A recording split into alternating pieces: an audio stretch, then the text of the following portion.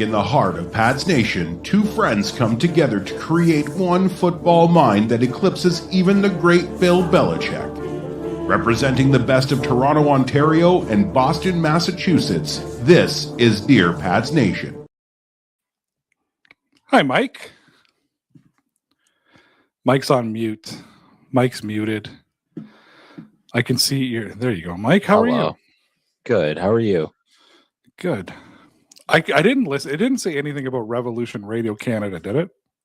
No, I don't think so. No. Okay, good. Do you want to hear a funny story about that intro? Sure, go for it.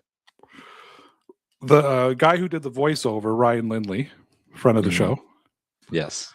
was hammered when he did it and couldn't pronounce Massachusetts.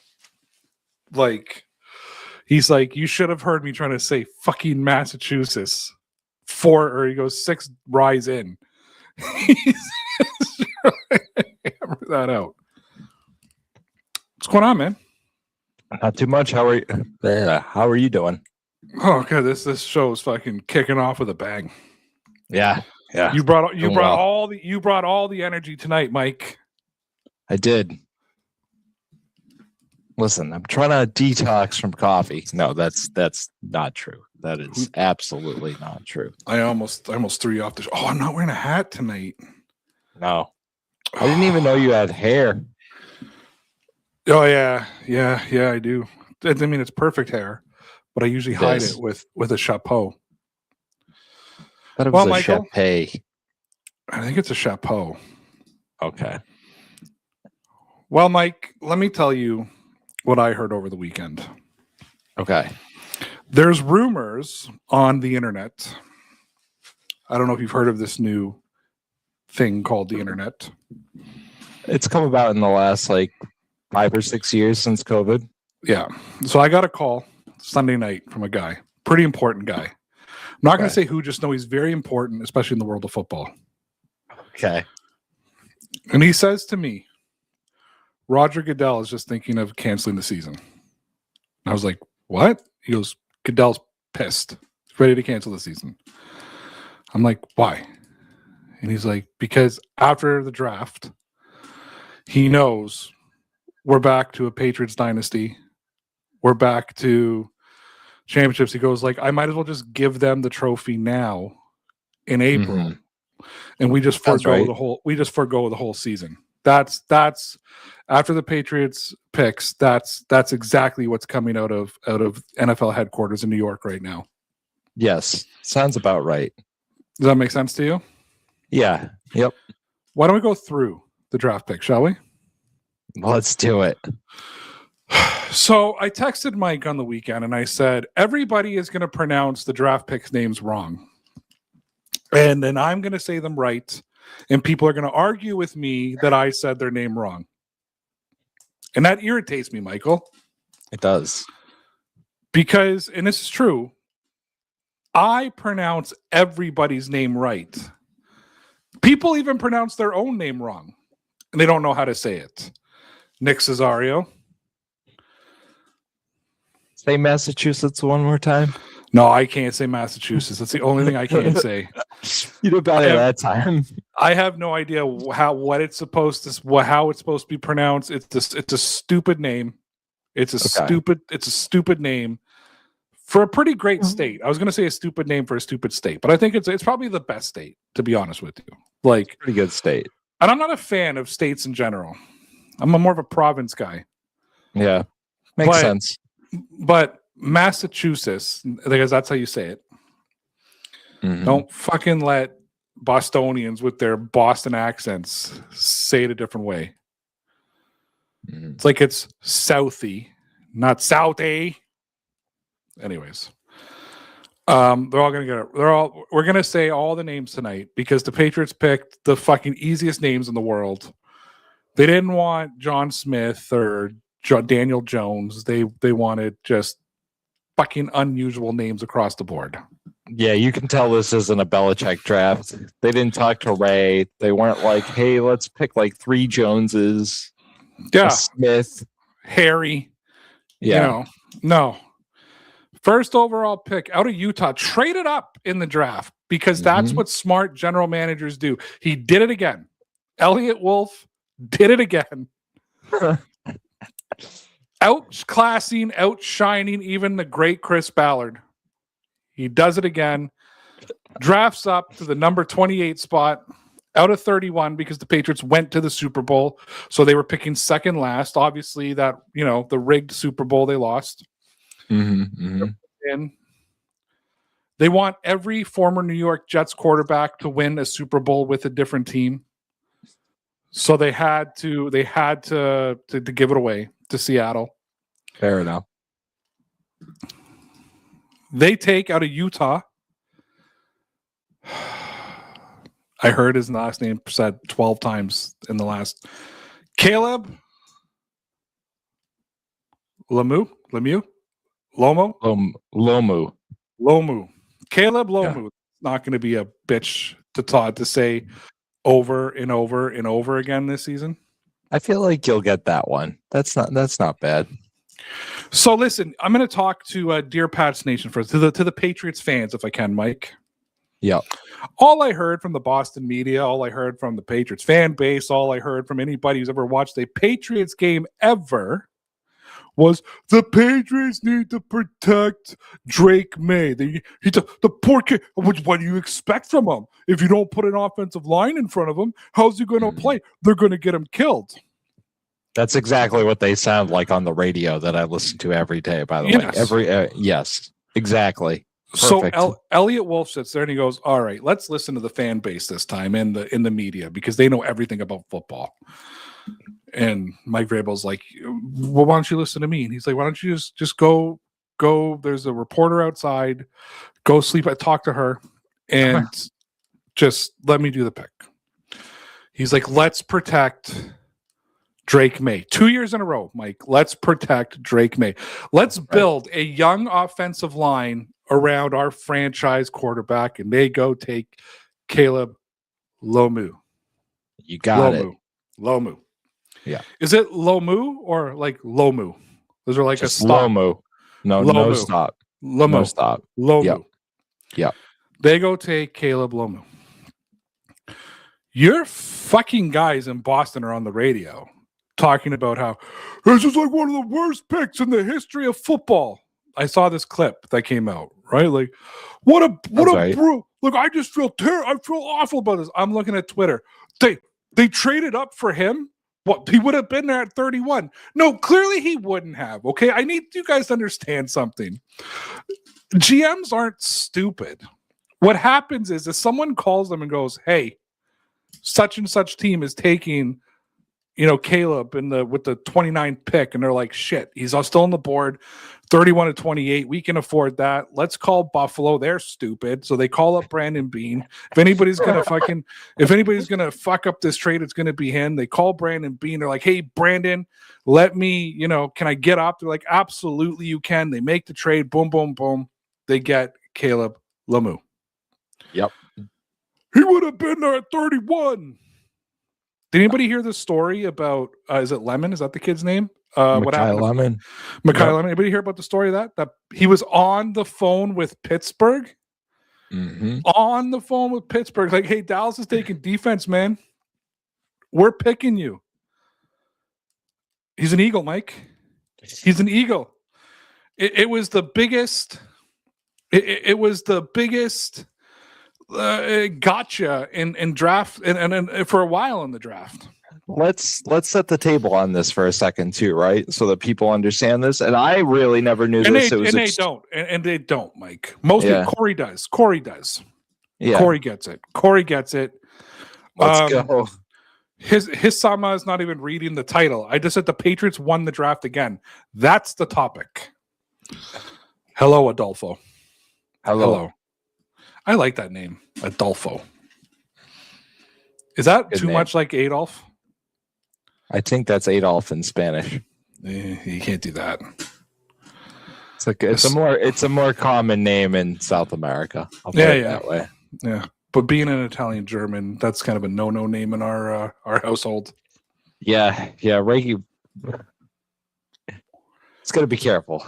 Yes, I do. Go ahead, Michael. All right, so I'm going to set the table just to recap this for whoever didn't listen to the endless draft coverage, but you see the highlights, right? Because they explained it pretty well, and I never knew this. When you see a team pick on TV, generally the team before them are getting ready to enter their pick, so the third team down the line is on the clock, which I never really knew, but that's the way it syncs up for the TV. So that's what happened here, right? The Eagles traded. They jumped in front, so they caught the Steelers on the phone with their guy, which I think is honestly pretty cool. Yeah. I'm sorry, did I screw you up? No. That was you were it. done. Just, that was it. Yeah. Sorry. The way you said pretty cool. I thought you were just gonna keep. You're gonna keep rolling. No. That was about it. Again, just kind of. I always thought they were kind of like a half a pick behind, so the other team would be about 6-7 minutes. No, you're a good like 15-ish minutes in front of the team ahead of you in like working. Yeah, 100%. So because of that, I don't know if anybody was going to take Lemieux. I don't, but the Patriots canceled his top 30 visit because they didn't think he was going to be available at 31. Look at Corey. Corey's on the line's ball. Gonna be legit, kid. Might Absolutely. Have to bring back the tagline for that one. We've got viewership in Japan right now. Can we acknowledge that? Japan. Let's go. We are worldwide. The land of the rising sun. You're being really you're pushing a line today. Is that offensive? Adolfo. The land of the rising sun? That's not offensive. That's what it's known as. It's like Philly's the city of brotherly love. Okay. All right. I gotta look it up. It's that 100% is not offensive. Do they still use that?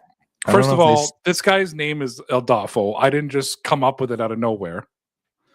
Number two, the land of the rising sun is Japan. It's not an offensive. It's not an offensive. Okay. All right. Listen, everybody thinks like peanut butter is offensive today. I'm not sure. Okay. Is the land of the rising.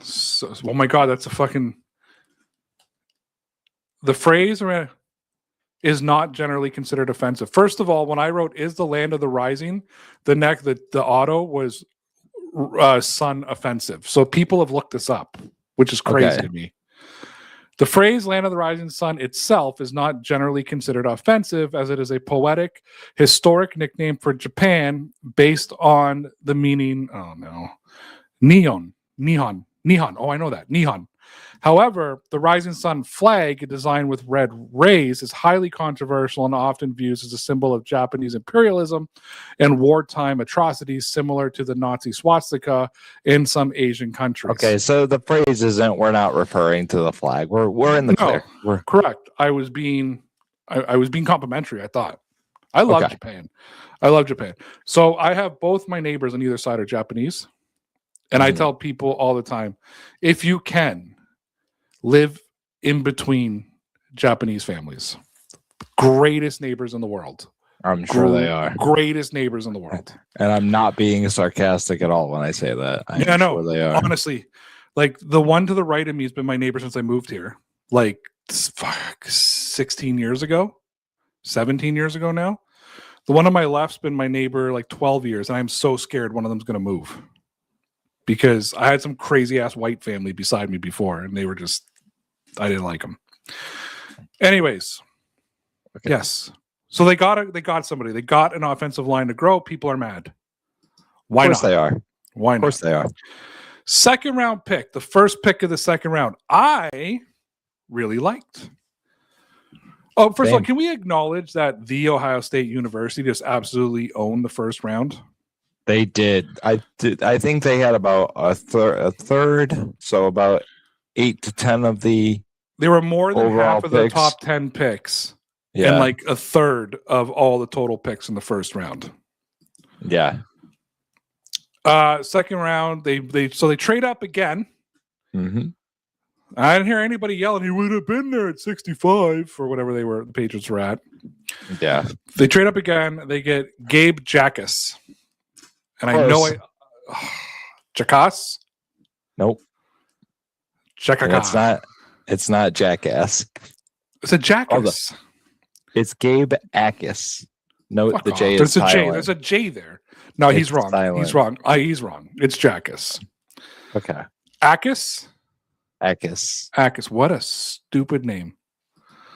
Anyways, they Well, get Jabe Akis. I'll call him and let him know he's saying his name wrong. They get Gabe I'll Akis. get him on the phone. Edge guy out of Illinois. Probably NFL-ish ready. Yeah, that's the gist I got. Like, should be able to come in at some point during the season and be a situational kind of contributor.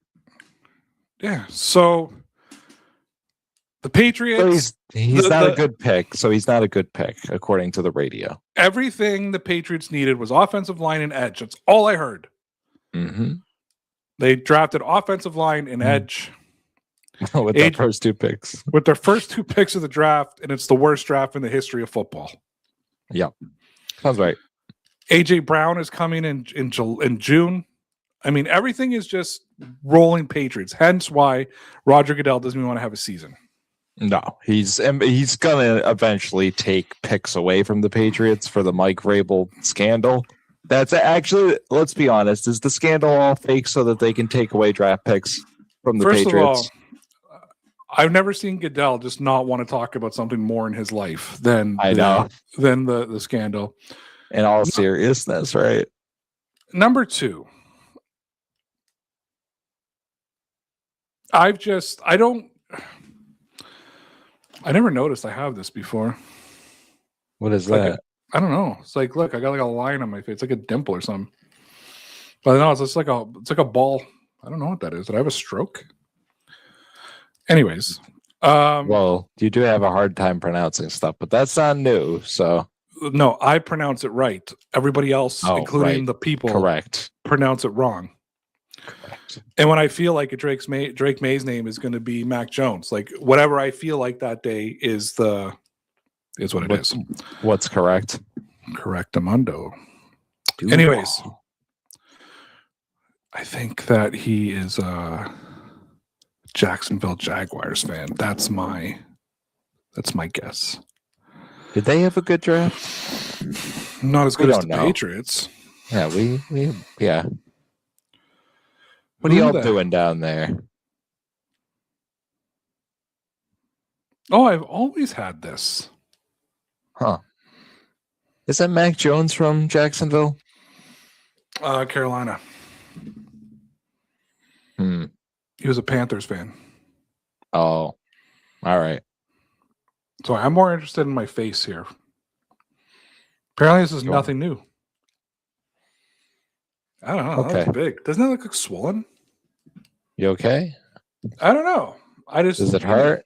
Do you ever just notice shit on yourself? You're like, what the fuck is that? Every day. Really? Yeah.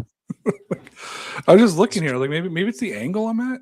Especially the older I get, like you guys can't see it, but like all this is going gray, and I'm like, where the fuck is all this coming from?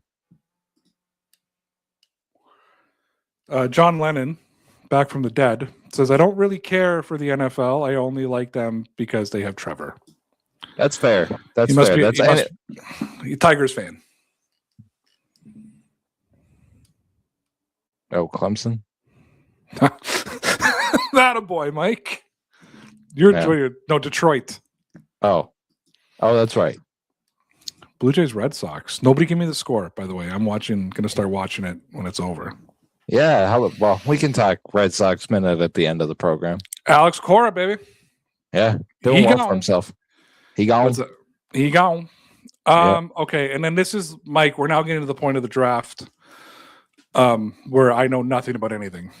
Yeah, you stopped paying attention after day 2, right? Or like 2.5, like third round I stopped pick. paying attention after Gabe Akis, whatever. I'll try to fill in the lines. Perfect. So the next pick they draft the next Rob Gronkowski in the 3rd round. Eli. This one's gonna Rare Dawn. There's like you know what you were trying to do with Lomu? put like a hyphen in there. Raridon. Correct. I You got it. nailed it. Eli Raridon. Eli. Yep. Eli Raridon. Eli Raridon. Out of Notre Dame. We got a Saint. Yes. No, Fighting Irish, Notre Dame. Yes. Am I allowed to say Fighting Irish? Is that offensive? Probably to people here, but for a different reason. Just because they want to fight you. Oh, his grandmother is from Massachusetts. Close. How do you say it?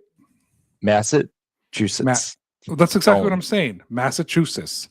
You're like rolling the S's at the end together. It's weird. I even said it wrong. It's one of those things that don't. Yeah. I don't know if people ever notice on the show. I always refer to it as Mass on purpose. Yeah, just nobody says Massachusetts. Nobody. New Hampshire. Yeah, there you go. There you go, kid. You got it. You got it. New Hampshire, New Haven. That's Connecticut. Yeah, I know, but I just say a bunch of New England phrases. Yeah. Hartford. Yeah. See, Ray could be from around here. Have you seen that clip? It's a skit, and it's Matt Damon, Ben Affleck, and Jimmy Fallon. It's like a 6-minute clip of them just naming every like town in Mass. Yeah. Have you seen it? And it's like you guys have a lot of. You know what's funny too? Like half of what you guys say we have here in the Greater Toronto area. Like Burlington and like all these different like my parents all the East Coast stuff. Yeah, my parents live in Oakville, which is like right beside Burlington and here in Ontario. So I was like, oh, you guys got the same shit that we have, and a lot of like English, obviously Chelsea. Yeah, a lot of all they took all the English names or England names and transplanted them to the East Coast. It's almost like you guys are from New England. Almost.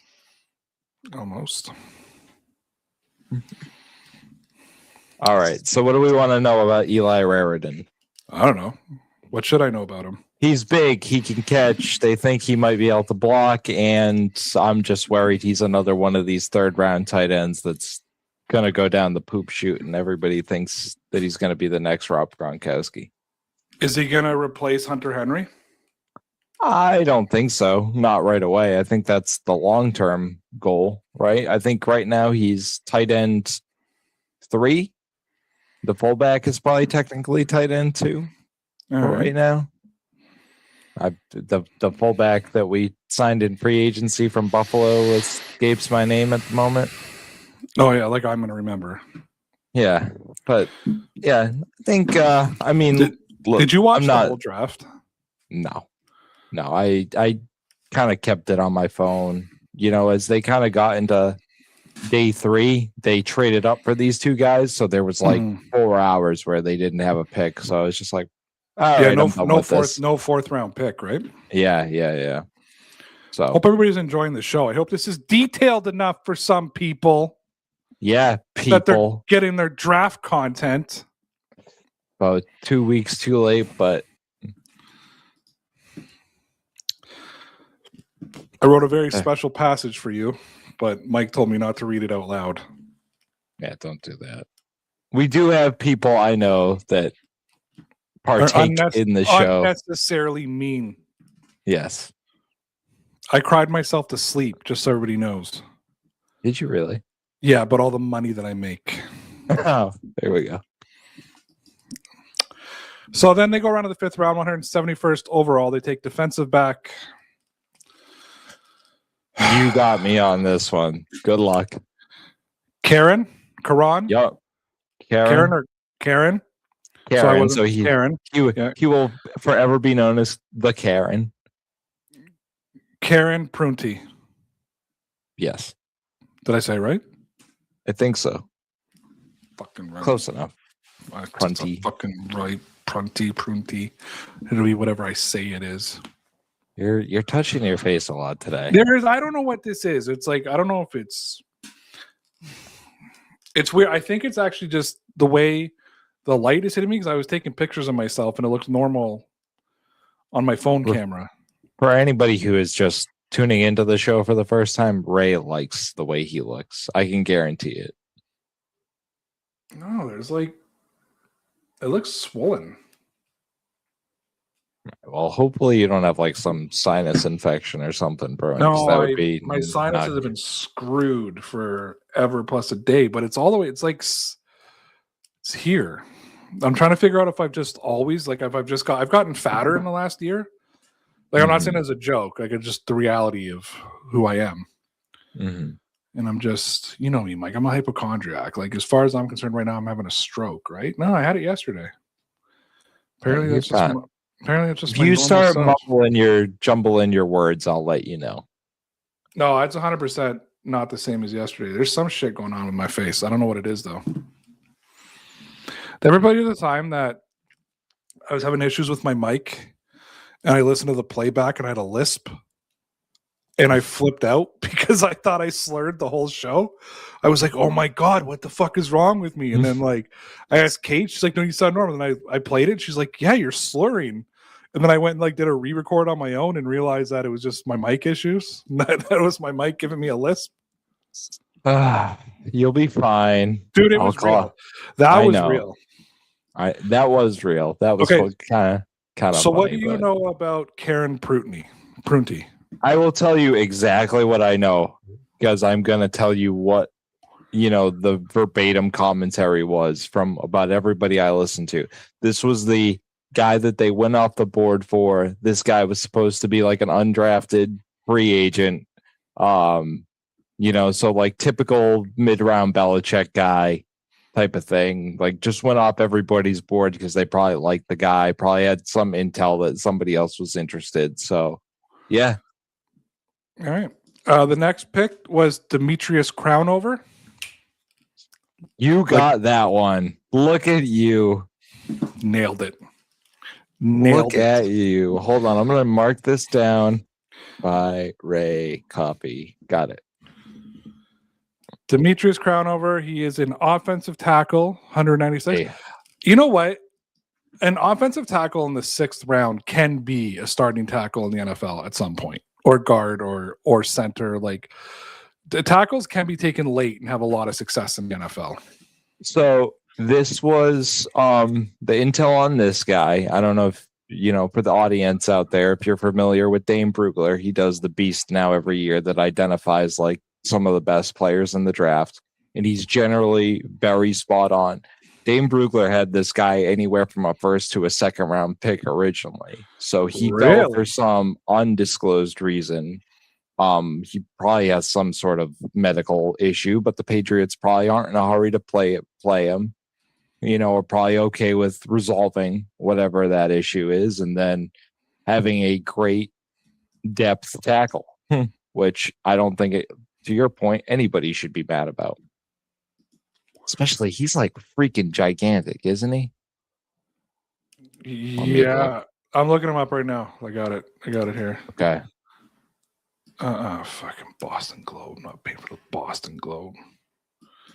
I paid for the Boston Globe for a long time. Did you know that you have to call the Boston Globe to cancel it? And I ended up paying for like a year of subscription because I didn't feel like calling in to say cancel my subscription. Sounds about right. We do that with a lot of stuff. I don't. Why am I going to download the Bleacher app? I'm on a desktop computer for Christ's sake. Okay, so I just pulled it up. 6'7"1/4. Yeah, it's about my size. Yeah, 320.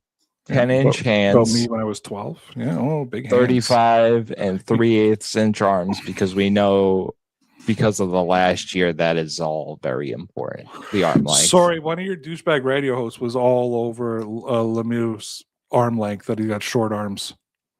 Even though he doesn't.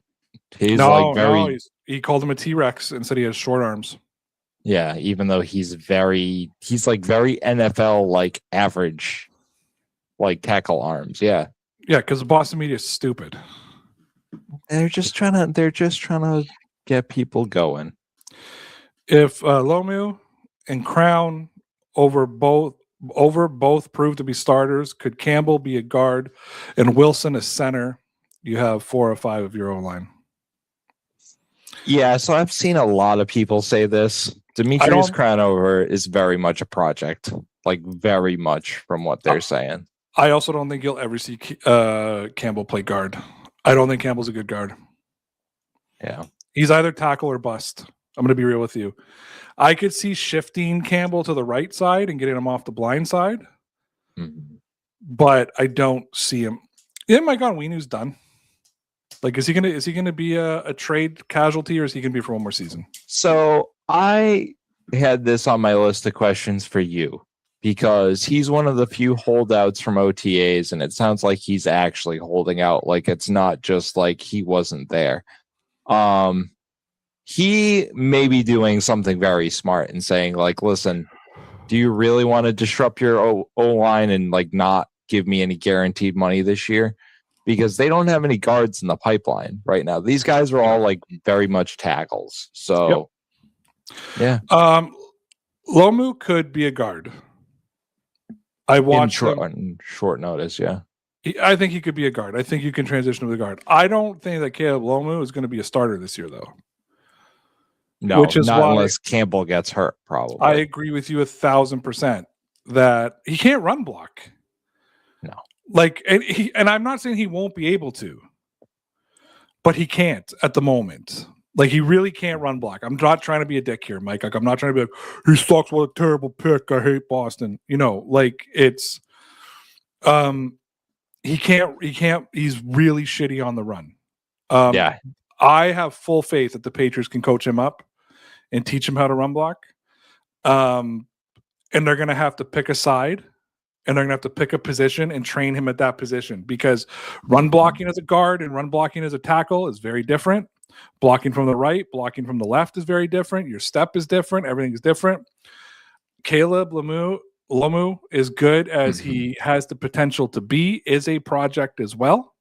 Yep. He is future planning, which is why I think Mike Onwenu will be here this year. I think he was one of the underrated offensive linemen of last year. Very streaky. I understand he's a very streaky guy, but he actually got hot when he needed to get hot, where some of the other guys got cold when they needed to. And then obviously, I think they're still waiting to hear for sure if I want to say Williams, but not Williams. Who's the tackle? Morgan Moses. So that was close. So that's kind of been refuted. There was like a report by like a Ben Volen, so like nobody who matters, that said he was going to retire, and it's been refuted like 8 ways to Sunday by the team, by Elliott. He's coming back. Yes, because wasn't it Moses after the Super Bowl when him and Vrabel were talking, and Moses like, we're not done yet, like we're not done. Like he was the one who kept saying to Vrabel. I'm pretty sure it was him or Milton Williams, one of the two. It could have been. It was one of the two veterans, right? But I thought it was Moses, and like, we're not done yet. We're still going. We're still playing. We're still going. So. Yeah.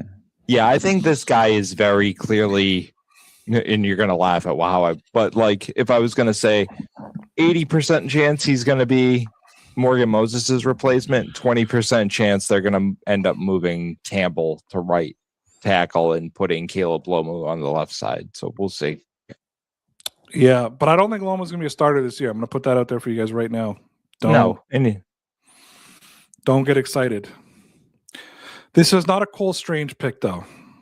No, so it could be a little worse, because Cole Strange is probably one of the best draft picks in the history of draft. Like, Bill Belichick knew how to evaluate draft talent, especially near the end of his tenure with the Patriots. Just because they didn't know how to use him after Belichick left and they sent him to Miami, where he was a superstar, by the way. You guys just, anyways, we got to keep going. We got more picks here. And then I got to go watch Blue Jays and Red Sox. Ooh. And if anybody is listening, do not give me updates on the game. I'm going to get off the chat. Is this like a bottom of the barrel fight? Like, is this like a monkey knife fight? Blue Jays have won 2 series in a row, man. You're going to win 3 in a row. Treyu Savage is back on Tuesday. He's been out all year.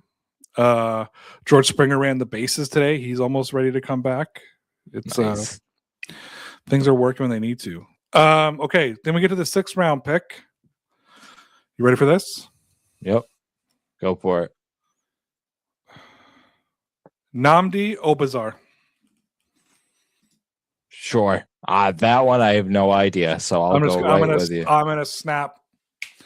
I got it. 6th round pick, linebacker, Nnamdi Obazar.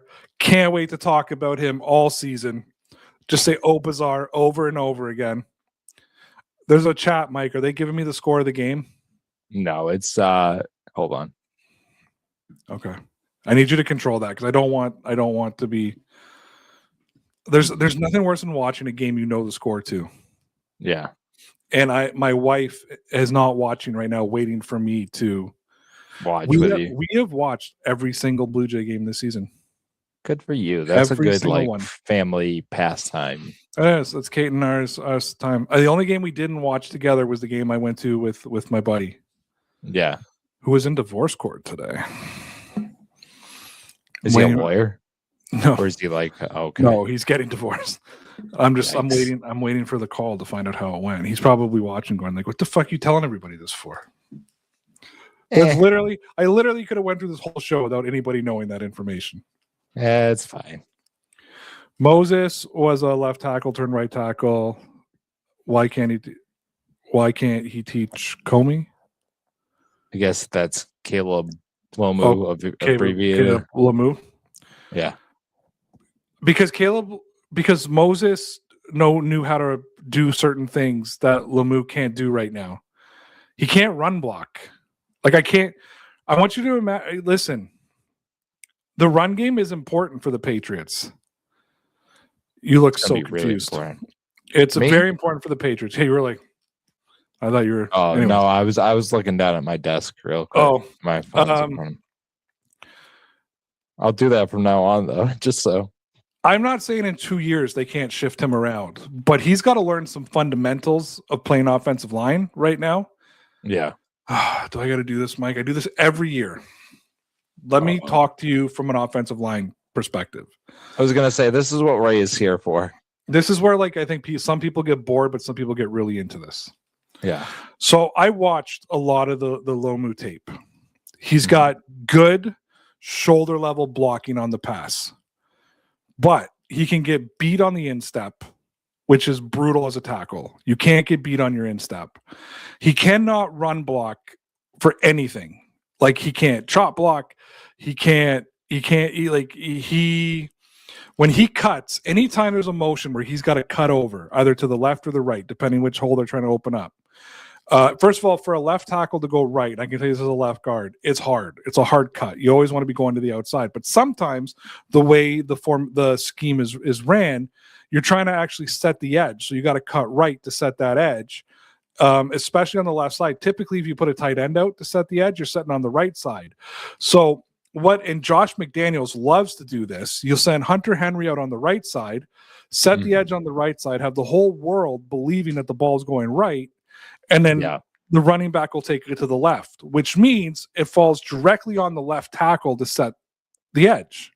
Mm-hmm. So if you move him to left tackle, let's say right now, teach him how to play left, and he said he's willing to play guard or tackle, whatever, he needs to cut to the right and set the edge.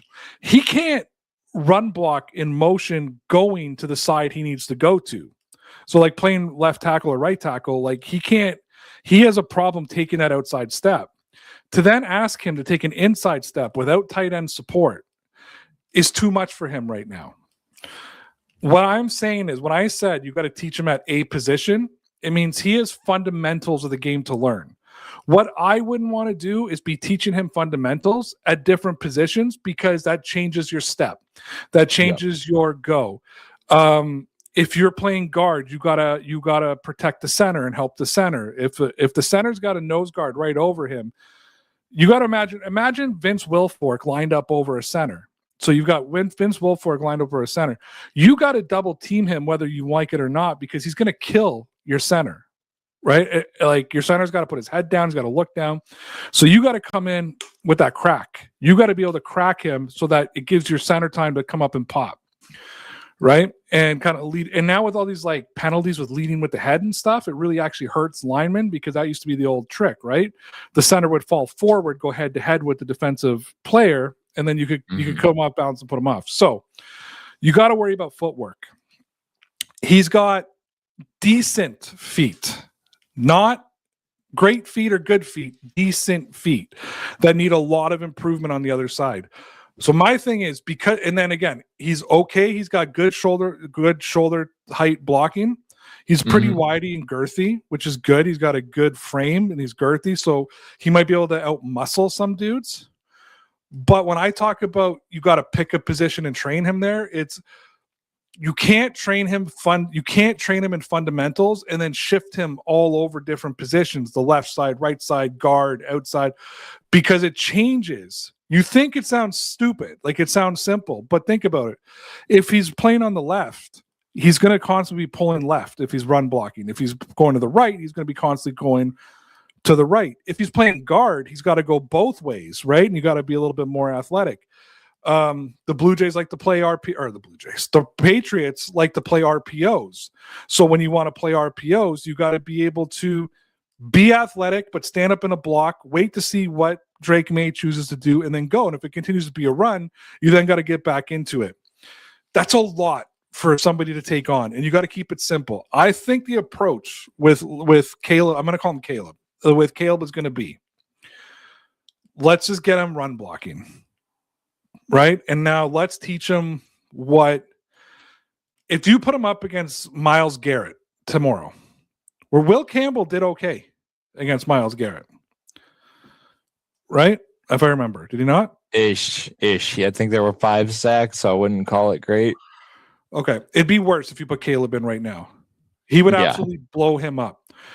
Believe it or not, as bad as it looked, Will Campbell was a much more polished NFL-ready lineman than Caleb Lomu is. That doesn't mean, before Thomas or anybody else gets mad at me, that I don't see him next year being the starting right tackle if Moses does retire, or if they decide to shift him inside, being a starting guard. It's definitely never going to be a center. But no. I think in the perfect world, Will Campbell develops this year and stays as your left tackle, because I think he's on paper better, both short-term and long-term. And then Caleb becomes your solid right guard on the other side, and then you've got your flanks teed down. That's what I mean by that, Thomas. He needs to learn fundamentals. Go watch his run blocking. If you can find some isolated tape, what I'm going to try to do is just find the YouTube video I was watching, which was actually like coach's film, put it into the description or the comments, whatever, the comments of this when it's not live anymore, and go watch it. His run blocking is horrible, and I think he'll admit that. Like it's horrible, but I think it's because he was never taught the proper fundamentals. That was my take from it. He's got a slow step. He's got poor positioning. He doesn't what we call bracing, like bracing our frame. He doesn't brace our frame. Doesn't brace our frame. He doesn't brace his frame. So he's got to learn all that stuff. Let him learn that at one position, and then you can start being like, okay, let's try him over here. Let's try him over here. Let's try him over here. Yeah, and let me I'll simplify this argument, right? If the Patriots had a serviceable left tackle last year, like let's say the roles were reversed, you had left tackle X that had a year left to play and then was going to retire. Ideally, you still would have drafted Will Campbell and done the exact same thing, right? Said like, okay, our young tackle needs to be more refined, definitely needs to bulk up, which I think is the biggest thing for him. Like, and they noticed it with Will. Like, we need these guys to put on mass, right? So ultimately, I think that's what it is protecting your young player where you can, and that's what they're going to do. If I would have had it my way, I would have switched Moses and Campbell last year. Mm-hmm. Because I think you put him beside Onwenu, who's got some experience on the inside. Yeah. But I think that being on the blind side, a hit coming from the blind side looks way worse than a hit coming from the right side. Yeah. Right? Yeah. Like your quarterback not seeing the guy coming and getting hammered from the side or the back looks way like when you see the arch spine and that's because of Will Campbell. Yeah. I think from a confidence perspective, at some point that season, I would have switched them. The only reason I think they didn't. Do you want to hear my theory on this? Go for it. Because I was watching him, and I kept telling you he was having a problem with his first step, right? I said that over and over again.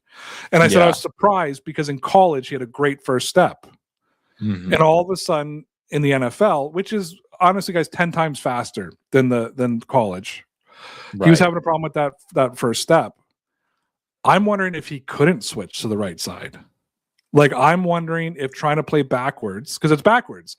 If he goes to the right side, he's playing backwards. Your first step now is with your right foot instead of your left foot. Don't forget, on the left side, your first step's your left foot, right? Like everything. So you go to the right side of the line, you're playing backwards to what you know. And I'm wondering if they couldn't. And they're just like, you know what? Let's not confuse him.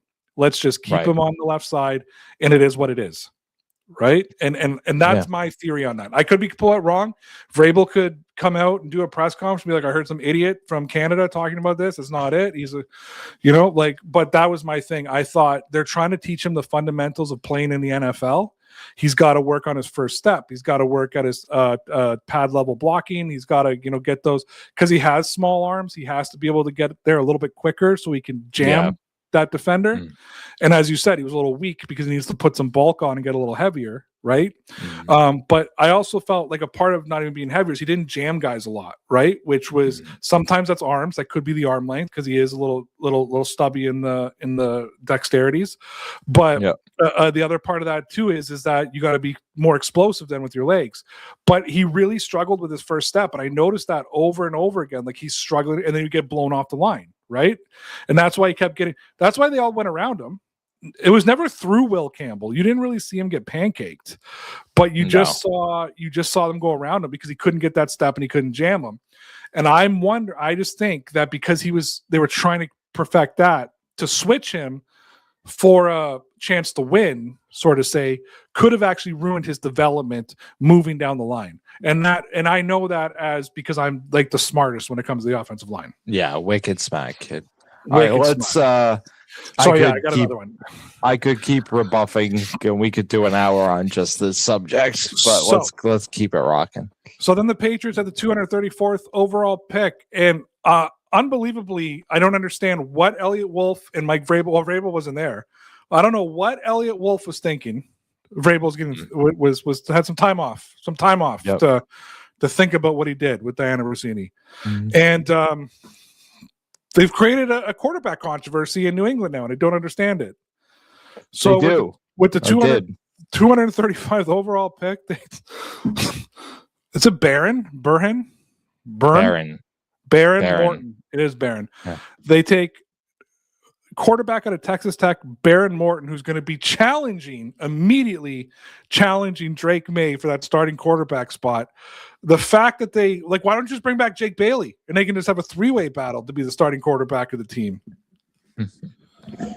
Did you add in parentheticals that you hate Drake May? Just in case? I could beat up Drake May. Yeah, there we go. You think Drake May could take me? The only quarterback I think that could take you is Drew Bledsoe because he's just a giant. Drew Bledsoe, he was a little nuts too. Yeah, I think Favre could take me. Favre had a little bit of that crazy. Oh yeah, definitely. Now now it's all the crazy. Now it was all the crazy. Steve McNair probably could have taken me back in the day. He was yeah. I'm trying to go through all the super backcourt. Like Phil Simms, I could have kicked his ass anytime. Terry Bradshaw back in the day, if we were around at the same time, would have whooped me for, just like a wounded cattle all around the field. Like it would have been Terry Bradshaw looks like he could street fight anybody, and you don't want to get into a street fight. There's a clip out there of Terry Bradshaw talking about the time after he retired that he had to tackle a bull because it got loose in the yard and it wouldn't come back in and started going nuts, and it was trying to impregnate the cows, and how he grabbed it by the horns and he fought and tackled the thing to the ground. Like Terry Bradshaw is something different. Terry Bradshaw is something different, dude. Yeah, that's crazy. Anyways, breaking news, quarterback controversy in New England. Baron Morton, I heard he's a little bit of Drew Bledsoe, a little bit of Drew Brees, a little bit of Aaron Rodgers, with the smarts of Tom Brady, all kind of mixed into one. People were shocked that he slid this far down the draft. Some people had him going first overall in the draft, like the number one draft pick. How he got all the way to the 7th round, I don't know. But mark my words, if Drake May misses one pass on the opening series of this season, there's going to be calls for Baron Morton to get a shot at quarterback. And then the Patriots drafted running back Jam Miller, which like name's just Jam. I love it. Yeah, that's about what I thought of that pick. I was like, wow, running back with the name Jam, that's cool. And with the final pick of their draft, the 247th overall, they took another linebacker just to be dicks. They drafted Quintavious Hutchins to the team. I can't wait to say Quintavious the rest of the season. Quinty? I might call him Quinn. Okay. Come on, Quinny. Q. Q. Q. Big Q. Big Yeah. Q. Big Q Hutchins. If he makes the team. Big Hutch. Hey, man. Maybe he's going to become a Boston College hometown kid, right? Had some convos. Had some convos with Vrabes. Bill O'Brien. Yeah, they were talking about reporters, and they were talking about routes and what he could do defensively and all that kind of stuff. And Robert Kraft's going to go get them all loosened up at the spa. He's good to go. We're ready to go. You got to relax, You got to relax. Got to just take it all in. Take it all in. With the first overall pick of the 2030 draft, Mike Rossini. Oh my God. Imagine cheating on your husband, getting pregnant by an NFL coach, and then naming that son after him. I ain't touching it. I ain't doing it. Just no, because I could be honest, that was the last. I'm poking fun at it because Patriots. First of all, shout out to the Patriots admin and the abuse that they had to take this weekend on social media. Seriously. Number two, and I know I've had my fun today. You have.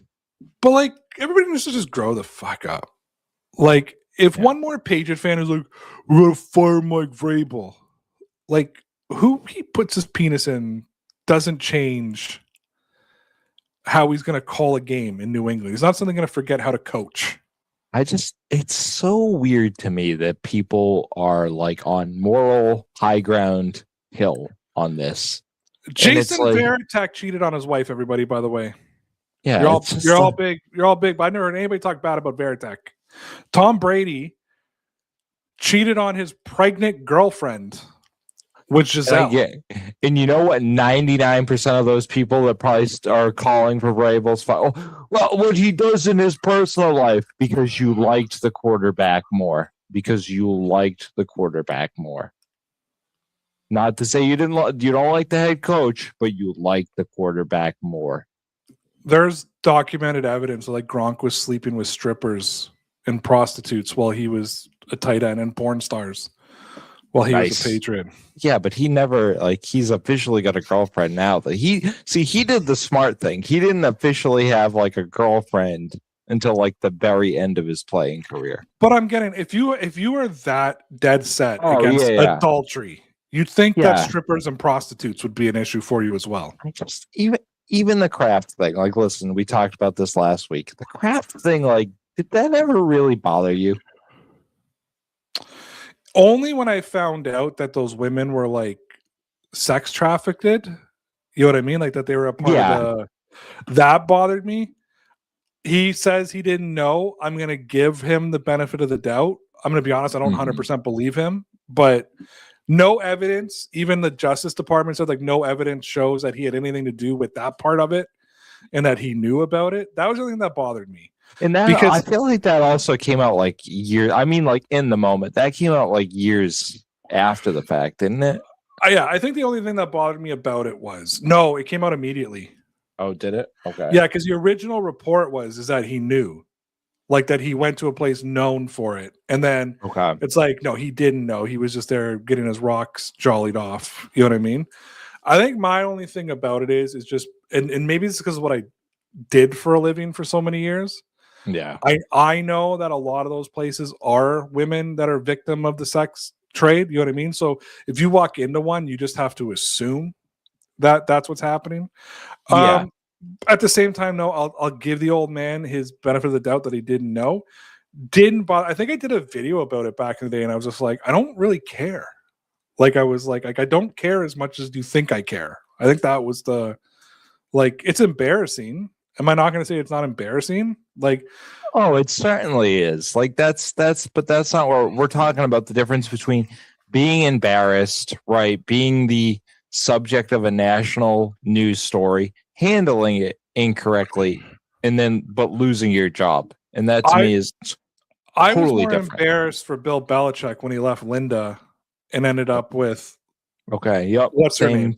Same Like, page. that was more actually when Kate and I, Kate's my wife, when her and I saw that, we were both like, that's so cringe. We're like, that's just Yeah. so like Yeah. literally like he's a fucking grandfather, like grandfather age, not just like, oh, his kids are young. Yeah, the age gap made it feel gross. Yeah. And I'm just gonna say one more thing about this because we've been picking fun at the Boston media all day. And like, listen, we're all not 5 years old. We understand that him leaving the team this weekend was for optics more likely than therapy, but like, and they're gonna say, oh, like it's for like, oh, we need to talk. Like the people critiquing it, well, why couldn't you go to therapy on Monday? Leave it alone. Like that's the one piece. Like you can pick at everything else. Like in an era when like mental health and all this other stuff means a ton. Like I'm just not even touching that. Like I'm sorry. Well, like yeah, I'm gonna put something out here. We've already demonetized ourselves today. Not that we're monetized anyways, but if we were, we'd be demonetized. Thomas, keep clicking the like button. We need you. Yeah, no, just do a bunch of sock accounts and follow us. We need to hit a threshold. Yeah. But no, so here's my thing on this, okay? Mm-hmm. Hear me out. Daryl Sheets of Pawn Stars. I don't know if anybody heard the news this week. Daryl Sheets. He was the gambler. They called him the gambler on Pawn Stars. Oh, I think I think I know who it is. Yeah, he took his own life over the weekend. Mm-hmm. 61 years old, I think. Took his own life, self-inflicted gunshot wound. And it came out that he had been getting cyberbullied by a dude. And all the people came out and basically were like, stop cyberbullying. Like, this is what happens. And now there's an investigation into it and this and that. And it's like, man, you know what, guys? Like, I'm going to point something else out. And I brought this up at the last show for all you fucking douchebags out there. Mike Vrabel's wife and kids did nothing wrong here. And them having to live to continuously see this shit over and over again, and hear this and the comments that are being made and the memes and the jokes and the radio hosts, like, fuck you guys. That's all I'm going to say is fuck you guys for not realizing that this is bigger than Mike Vrabel and bigger than Diane Rossini. Like, she has a husband and children. You know what I mean? Like they have people who did nothing wrong in this thing. Yep. And the other thing is, who the fuck are we to say whether they did something wrong or not? I just think there's a better way to talk about it. And still, you can still be tabloid and still talk about it and not pick fun at the fact that the dudes and his family are potentially getting therapy. Like, so I pick at it to make fun of the people who are talking about it. Yeah. Because my honest to God reaction to it is, who gives a shit? Yeah. I totally agree. You want to pivot for the last minute? Yeah, let's do it. All right. Well, sort of. We'll pivot twice. 20 seconds. AJ Brown, Adam Schefter reporting 2028 first round draft pick as the potential compensation. Too much mistake. Not happening good. Now. They'll get a second. I think they'll come to like a second and some sort of compensational pick at the end. That's what I think is going to happen. I totally agree. I think a first round pick in any year. I don't care if I think Howie Roseman needs to feel like he wins. Like, I don't care. It's too much. I think if they would have made the pick or would have made the deal in February or March, like when they could market AJ Brown and start getting his jersey out there and could start building the business around AJ Brown and start getting him and Drake May together. And now they're in voluntary camp right now and have him in the voluntary OTAs and stuff.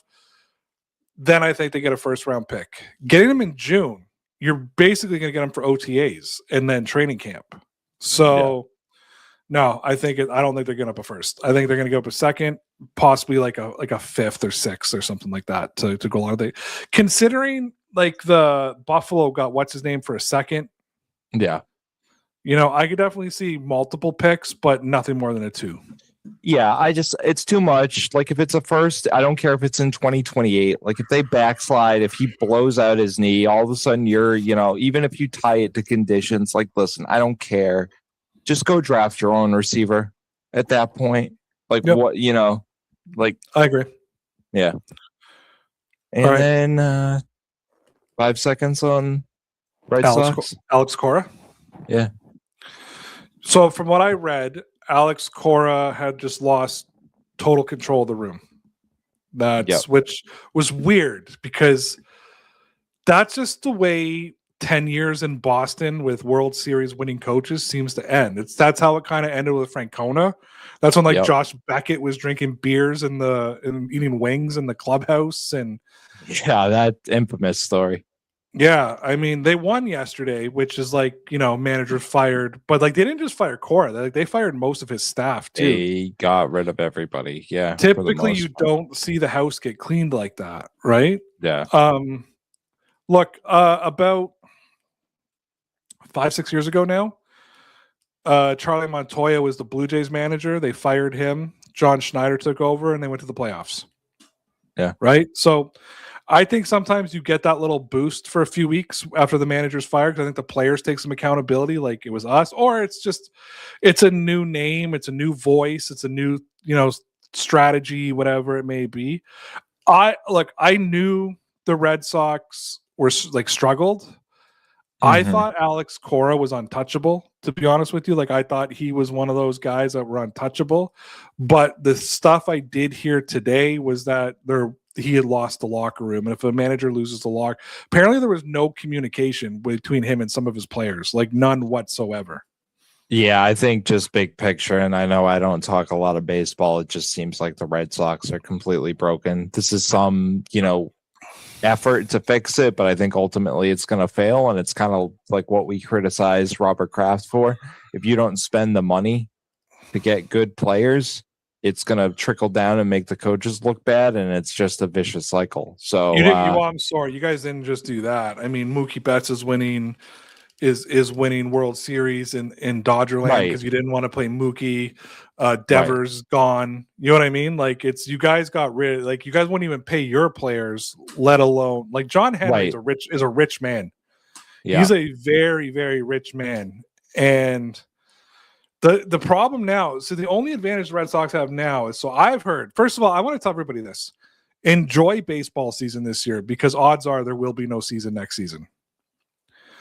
Odds are there's going to be a strike and they're trying to control the salary cap and the spending. They're tired of the $500 million contracts and $600 million contracts. And the owners are ready to sit out the season, maybe 2 seasons, to get the spending under control. But yeah, John Henry, it's John Henry, right? That's his name? Yep. Doesn't he own Nesson too, or own a paper there? I'm pretty sure he owns the Boston Globe. Sorry, the Boston Globe. Oh, yes. Ben Valen. There you go. Yeah, right? Yeah. Oh, he does own Nesson as well. So the Fenway Sports Group owns Nesson. Yeah. Your setup is actually very set up like the Blue Jays. So Rogers, the company, it was Ted Rogers who owned it, but Rick Rogers, the company here, they own the Blue Jays. They own the Rogers Center. They own Sportsnet that we watch the Blue Jays on. They own the radio station Sportsnet 590 that carries the Blue Jays. They own the whole conglomerate of Blue Jay stuff. And there was many, many years they would not open their wallets and spend their money. It's funny too, because his wife, I don't know, I'm going to go into a little Boston minute for the people here. The Boston Globe was on the verge of bankruptcy, failing, closing, and it's an institution around here. And his wife runs it now. And I think she actually does a really, really good job from what I've heard. So it's, they talk about it on the radio all the time. I'm not going to go 20 minutes into this, but he owns a lot of teams. He owns, a lot of assets. He treats teams as assets, and it sounds like that attitude of, winning has kind of gone by the wayside, and just treating your teams like a financial portfolio is kind of, what the problem ruled is? the roost. The Red Sox are a lot like the Maple Leafs here, though, right? Mm-hmm. Maple Leafs were knocked out of the playoffs like in September when the season started. You know what I mean? Yeah. And yet the Scotiabank Center was sold out for every game. Yeah. Fenway's going to sell out whether they suck or not, right? Like, it's not a bandwagon city.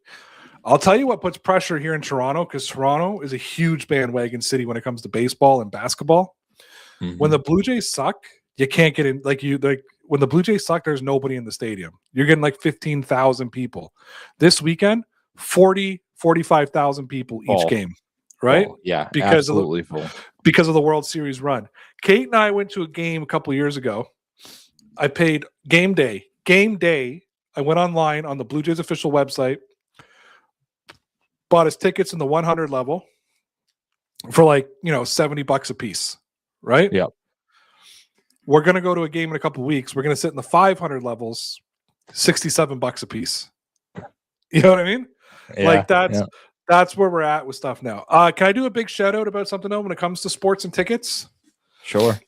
Though I don't agree with basically anything this dude does. Shout out to our premier, Doug Ford, who has now put in a policy here in Ontario that people are not allowed to resell their tickets for any more than face value. Ticketmaster just delisted like millions of tickets because of it. You can't, in Toronto, unless you're rich, you can't go to a sporting event or a concert, and I go to a lot of them because I work backroom channels and know people who work for Live Nation, because people will buy a $40 ticket, it'll sell out, and they'll sell it for $500-$600 a piece. So shout out now that we are there. Anywho, I got a game to watch. Mike and I are taking a little break because we got insulted by Mike's friend, and we're pissed off, and we don't want to do this anymore. No, we're gonna take a little break. We're gonna come back unless there's like a big news, like if AJ Brown, when he gets traded, we'll come on and talk about it. But we'll be back for the first preseason game. You good for that, Mike? We'll be back for the first preseason game. We'll talk about what we've seen in camp. We'll talk about what we've seen in the game. This channel was supposed to be an in-season channel. And then we got so excited about the Super Bowl. We were like, let's carry it on to the offseason. And then we've just been floundering, and we get it. So we'll be back when the preseason starts to tee you up for New England Patriots football. Mike and I will be texting all through the offseason. So trust me, we'll have lots of shit to say about each other when we come back. And Mike, I'll miss you, but I'll see you in a few months. Yeah. And if something crazy happens, we'll probably see you, like Ray said, at least once before then. So good luck, everybody. Have a good summer, especially if you live in North America. So bye. Dear Pats Nation, it's just about time.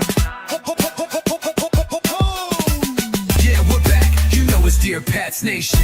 Nation. Yeah, it's Dear Pats Nation. Nation. Come on. Yeah, it's Dear Pats Nation. And the show's